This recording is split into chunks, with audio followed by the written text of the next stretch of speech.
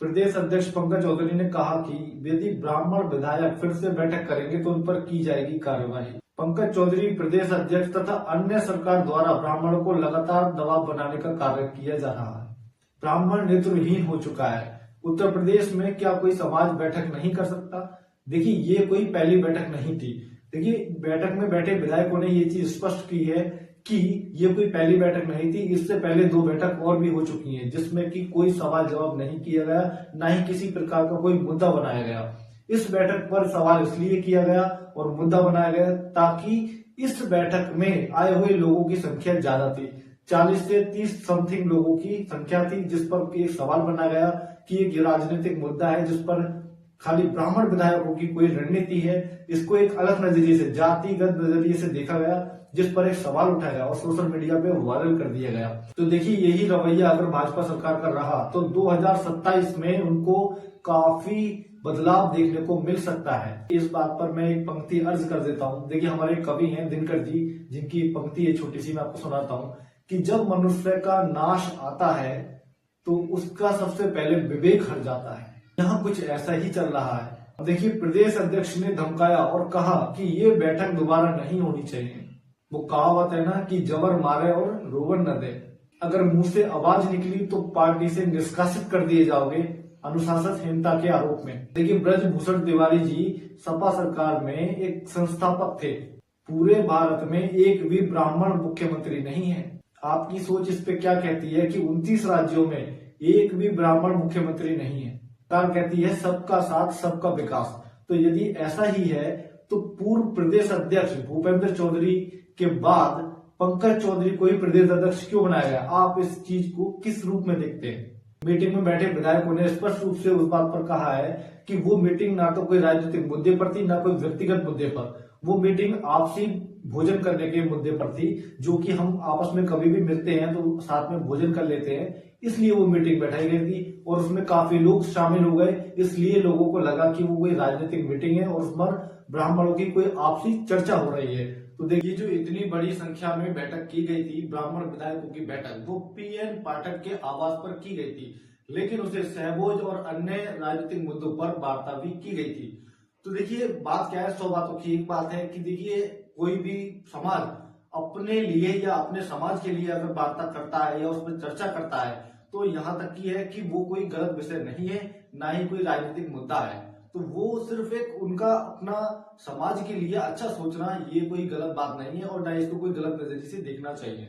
हमारे आईएएस हैं संतोष वर्मा, उन्होंने ब्राह्मण बेटियों के लिए एक टिप्पणी की जिस पर किसी ना ही बड़े मंत्री ने, ना ही किसी पुलिस अधिकारी ने कोई कार्रवाई की, ना ही कोई उस पर वार्ता की गई। तो देखिए, क्या उनको पता है या फिर सरकार जानती है कि ब्राह्मणों का अस्तित्व इस सरकार में नहीं है, इसलिए उनको दबाया जा रहा है? तो कहीं ना कहीं देखिए, अगर ये बैठक हुई भी है या अपने समाज के लिए कोई सोच भी रहा है या कोई वार्ता हुई है, तो यहाँ तक कि मैं मानता हूँ कि कोई वो उसमें गलत नहीं है। और आपका नजरिया जो देखने का है वो हो सकता है कि गलत हो, लेकिन अपने समाज के लिए अगर कोई सोच रहा है तो यहाँ तक कि वो अपने समाज को सुधारने या उसका स्तर बढ़ाने के लिए किया जा रहा है और उसको पार्टी से जोड़ा जा रहा है। पार्टी से जोड़कर ये देखा जा रहा है कि वो पार्टी गिराने की बात कर रहे हैं। देखिए, ब्राह्मण समाज हर पार्टी में कॉपरेट करता है, जैसे कि सपा, बसपा, ठीक है, भाजपा, हर पार्टी को समर्थन करता है। क्यों? क्योंकि वो विशेष किसी का नहीं है, विशेष वो सभी के लिए बराबर है और सभी में बराबर का दर्जा रखते हैं।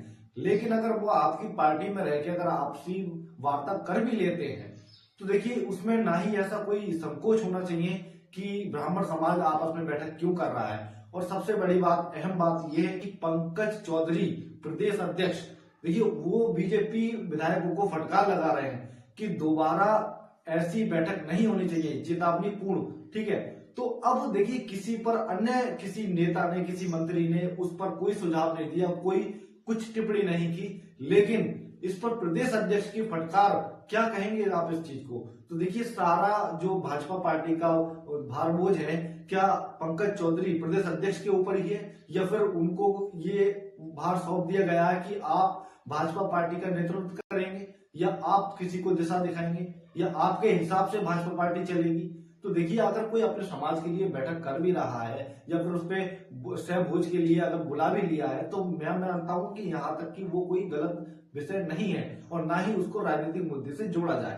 तो देखिए, ये सोशल मीडिया अगर काफी संख्या में लोग आ भी गए या फिर देखिए विधायक कभी कभी मिलते हैं, कभी किसी को टाइम नहीं होता है, कभी किसी को टाइम नहीं होता, तो देखिए सभी को अपने अपने व्यक्तिगत भी काम भी होते हैं।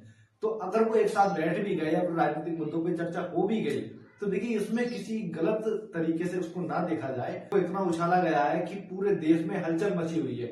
और देखिए, इस पर एक शिवपाल यादव का स्टेटमेंट भी आया है। उन्होंने कहा है कि अगर ब्राह्मण समाज को अगर उस भाजपा पार्टी में सम्मान नहीं मिल रहा है तो वो छोड़कर इधर आ जाए, उन्हें बराबर का दर्जा दिया जाएगा। तो देखिए, आप अपने बीच ऐसी खटास पैदा क्यों कर रहे हो या फिर अपने राजनीतिक संबंध ऐसे खराब क्यों कर रहे हो कि जिससे कि कोई दूसरा आके उसमें दरार डाले। तो ये चीज आपको सोचनी चाहिए। इस स्तर तक आप जाइए कि आप किसी विशेष समाज की बैठक को गलत तरीके से ना देखें। वो आपके ही भाई बंधु है, आपसे जुड़े हैं, तो इसका मतलब ये नहीं कि आप किसी को फटकार लगाएं या फिर किसी राजनीतिक मुद्दे से जोड़े या फिर ये कहें कि आपकी एक साथ बैठक हुई तो दोबारा चेतावनीपूर्ण कार्रवाई की जाएगी। तो देखिए, ये चीज बिल्कुल गलत है। और तो आपका सुझाव क्या है, कमेंट सेक्शन में जरूर बताएं।